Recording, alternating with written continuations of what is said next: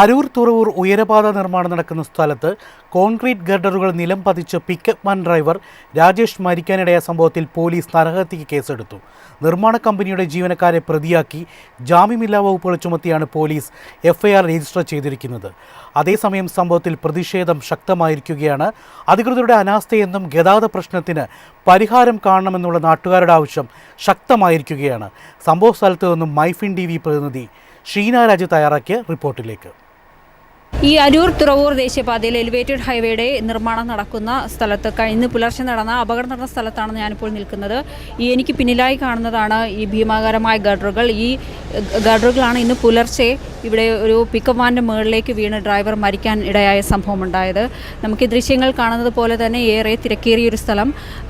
ശരിക്കും ദേശീയപാത ആയതിനാൽ തന്നെ നിരവധി വാഹനങ്ങൾ ഇതുവഴി കടന്നു പോകുന്ന KSRTC മറ്റ് വലിയ വലിയ ലോറികളൊക്കെ തന്നെ നിരവധി ആളുകൾ നൂറുകണക്കിന് വാഹനങ്ങളൊക്കെ കടന്നു പോകുന്ന സ്ഥലമാണിത്.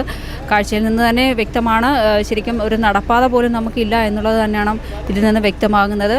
തീർത്തും സുരക്ഷിതമല്ലാത്ത ഒരു സാഹചര്യത്തിലാണ് ഇവിടെ നിർമ്മാണ പ്രവർത്തികൾ പുരോഗമിക്കുന്നത് തന്നെ പറയാം. ഈ പിന്നിലായി കാണുന്ന ഈ തൊഴിലാളികൾ ഇതൊക്കെ തന്നെ അന്യസംസ്ഥാന തൊഴിലാളികളാണ്. ശരിക്കും സ്കിൽഡ് വർക്കേഴ്സിൻ്റെ ഒരു കുറവ് ഈ ഒരു നിർമ്മാണ മേഖലയിൽ ഉണ്ടെന്നുള്ള ഒരു ആരോപണം നേരത്തെ തന്നെ നിലനിൽക്കുന്നതാണ്. ഇന്ന് പുലർച്ചെ ഈ ഗർഡർ ഉയർത്തിയ സമയത്ത് ഗതാഗത നിയന്ത്രണം ഉണ്ടായിരുന്നു എന്നാണ് ഇതിൻ്റെ അധികൃതരൊക്കെ തന്നെ പ്രതികരിക്കുന്നത്. എന്നാൽ ഗർഡർ ഏകദേശം ഉറപ്പിച്ചു എന്ന് ഉറപ്പായ ശേഷമാണ് വാഹനങ്ങൾ കടത്തിവിട്ടതെന്നും നിർമ്മാണ കമ്പനിയിലെ ഉദ്യോഗസ്ഥർ അവകാശപ്പെടുന്നുണ്ട്. പക്ഷേ ഇത് എത്രമാത്രം സത്യമാണെന്ന് നമുക്ക് വിശ്വസിക്കാൻ കഴിയില്ല. കാരണം ഇത് ഉയർത്തുന്നതിനിടയിൽ തന്നെയാണ് ഈ വാഹനം പിക്കപ്പ് വാൻ ഇതുവഴി കടന്നുപോയതും അതിന് മുകളിലേക്ക് ഇത്രയും ഭീമാകാരമായ ഗർഡറുകൾ വീണ് അപകടമുണ്ടായ ഒരാൾ മരിക്കാനിടയായതും. ഇത്രയും വലിയ ഗർഡർ ഫിറ്റ് ചെയ്യുന്ന സമയത്ത് ഈ അപകട സാധ്യത മുന്നിൽ കണ്ട് ഈ ഗതാഗത നിയന്ത്രണം തുടരേണ്ടതുണ്ടായിരുന്നു എന്നുള്ള ചോദ്യം തന്നെയാണ് ഇപ്പോൾ ഉയർന്നത്. ഇത് സംബന്ധിച്ച് വൻ പ്രതിഷേധങ്ങളൊക്കെ തന്നെ അരങ്ങേറിക്കഴിഞ്ഞു. ഇപ്പോൾ അധികൃതർ ഇക്കാര്യത്തിൽ നൽകുന്ന ഉത്തരങ്ങളൊന്നും തന്നെ ഈ നാട്ടുകാർ ആരും വിശ്വസനീയമായി എടുക്കുന്നില്ല. നിലവിൽ വർഷങ്ങളായി അവരനുഭവിക്കുന്ന വലിയൊരു പ്രശ്നത്തിന് പരിഹാരം കാണണം എന്ന് തന്നെയാണ് ഈ നാട്ടുകാരുടെയും ഒക്കെ തന്നെ ആവശ്യം. ഇതിൽ ശരിക്കും പറഞ്ഞാൽ സുരക്ഷയുടെ വളരെയധികം വീഴ്ചകളാണ് ഉണ്ടായേക്കുന്നത്. സുരക്ഷാ വീഴ്ച ഉണ്ടായിട്ട് തന്നെ. കാരണം രാത്രിയാണെങ്കിൽ പോലും ഇത് മുകളിൽ കയറ്റുന്ന നേരത്ത് റോഡ് ബ്ലോക്ക് ചെയ്താണെങ്കിലും അത് കഴിഞ്ഞിട്ട് ഇവിടെ മാർഷൽമാരും ഇല്ലായിരുന്നു. വാഹനങ്ങൾ പോകുമ്പോൾ എങ്ങനെ വിടണമെന്നുള്ളതിനെ പറ്റി മാർഷൽമാരും നിർത്തിയിട്ടില്ലായിരുന്നു. ഇതിപ്പോൾ ഉണ്ടായ സംഭവം മാത്രമല്ല, ഇതിനു മുമ്പും 54 പേരോളം മരിച്ചു എന്നുള്ളത് തന്നെയാണ്. ഈ 3 വർഷം കൊണ്ട് 54 പേരോളം മരിച്ചവരെ കണക്ക് മാത്രമേ നമുക്ക് എല്ലാവർക്കും അറിയാവുള്ളൂ. പക്ഷേ ഒരുപാട് പേര് പരിക്ക് പറ്റിയവരുണ്ട്. എന്ന് പറഞ്ഞാൽ പലരും ജോലി പോലും നഷ്ടപ്പെട്ട് വീട്ടിലിരിക്കേണ്ട അവസ്ഥ വന്ന ആൾക്കാർ വരെയുണ്ട്. അവർക്കൊക്കെ വേണ്ടിയിട്ടാണ് ഞങ്ങൾ ഒരു അരൂർ തുറവൂർ ജനകീയ സമിതി ഒരു സംഘടന രൂപീകരിക്കുകയും അതിലൂടെ നിരവധി സമരങ്ങൾ ഞങ്ങൾ നടത്തുകയും ചെയ്തിട്ടുള്ള. അരൂർ തുറവൂർ ദേശീയപാതയിൽ ഇന്ന് പുലർച്ചെയുണ്ടായ അപകടത്തിൽപ്പെട്ട പിക്കപ്പ് വാനാണ് എനിക്ക് പിന്നിലായി കാണുന്നത്. ഈ വാനിന് മുകളിലേക്ക് അതിഭീകരമായ 2 ഗർഡറുകൾ വീണാണ് അപകടം സംഭവിച്ചത്. തുടർന്ന് ഡ്രൈവർ ഹരിപ്പാട് സ്വദേശി രാജേഷാണ് മരണപ്പെട്ടത്.